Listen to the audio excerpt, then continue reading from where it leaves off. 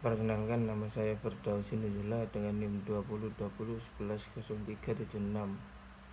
Di sini kami dari kelompok 5 akan menjelaskan tentang pengolahan kegiatan pemasaran dalam bisnis. Berikut rekan-rekan saya.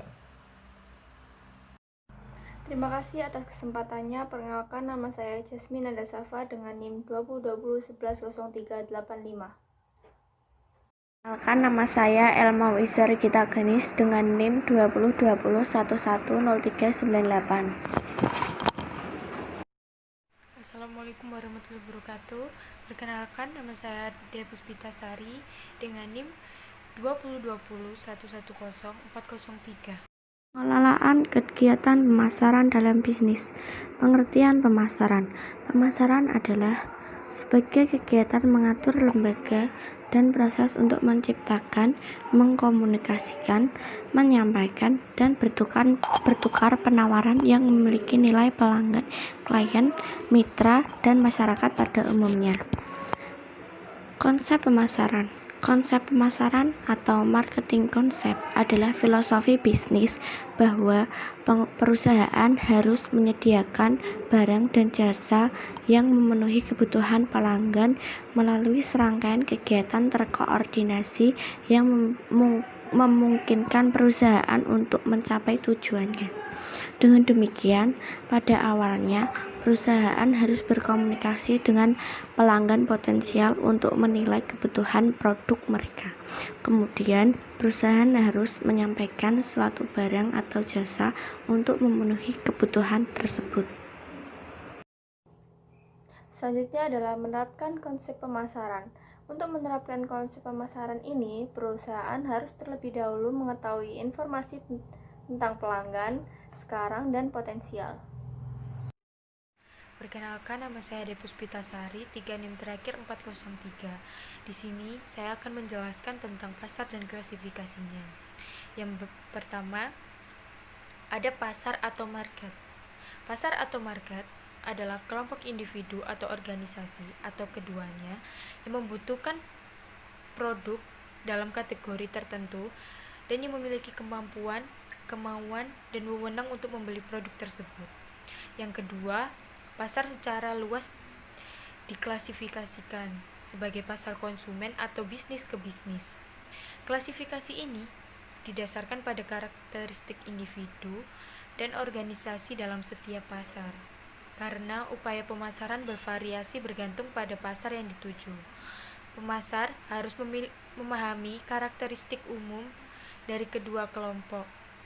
Yang ketiga, pasar konsumen terdiri atas pembeli atau anggota rumah tangga yang berniat untuk mengkonsumsi atau manfaat dari produk yang dibeli dan tidak membeli produk untuk menghasilkan keuntungan. Yang keempat, pasar bisnis ke bisnis atau pasar industri dikelompokkan secara luas menjadi kategori produsen, pengecer, pemerintah, dan kelembagaan. Pasar-pasar ini membeli jenis produk yang spesifik untuk digunakan dalam pembuatan produk lainnya, untuk dijual kembali atau untuk operasi sehari-hari. Yang kelima, pasar produsen terdiri atas individu dan organisasi bisnis yang membeli produk tertentu untuk digunakan dalam pembuatan produk lainnya. Yang keenam, pasar pengecer terdiri atas perantara seperti grosir dan pengecer yang membeli produk jadi dan menjualnya untuk mendapatkan keuntungan. Dan yang terakhir, yang ketujuh, pasar pemerintah terdiri atas federal, negara bagian, kabupaten, dan pemerintahan daerah.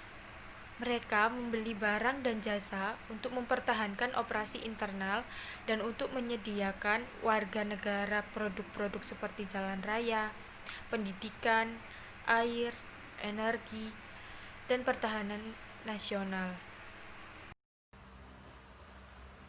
Mengembangkan strategi pemasaran. Strategi pemasaran adalah rancangan yang akan memungkinkan organisasi untuk membuat penggunaan terbaik dari sumber daya dan keuntungan. Pemilihan pasar sasaran dan evaluasi.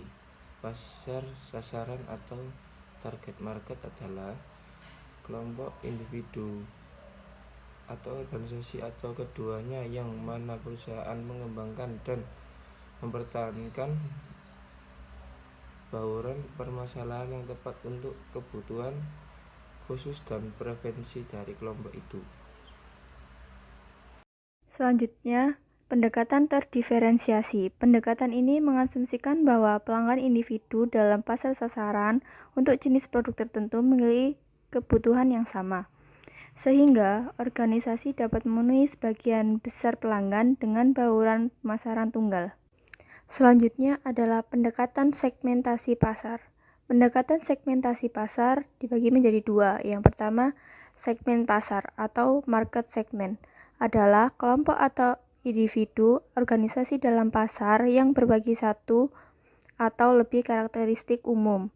Yang kedua adalah segmentasi pasar atau market segmentation adalah proses membagi pasar menjadi beberapa segmen. Selanjutnya akan dijelaskan oleh rekan saya. Jenis-jenis segmentasi pasar itu ada 4. Yang pertama itu segmentasi perilaku, di mana pengelompokan konsumen ditinjau dari perilaku terhadap produk yang ditawarkan. Dan yang kedua, segmentasi psikografis, yaitu pengelompokannya konsumen atas kesukaan dan hobi terhadap produk tertentu. Dan yang ketiga yaitu segmentasi demografis adalah pengelompokannya konsumen atas dasar keumuman seperti usia, gender, dan pendidikan. Dan yang keempat, segmentasi geografis, pengelompokan pemasarannya dengan berdasarkan pada tempat tinggal konsumen. Sekian, terima kasih.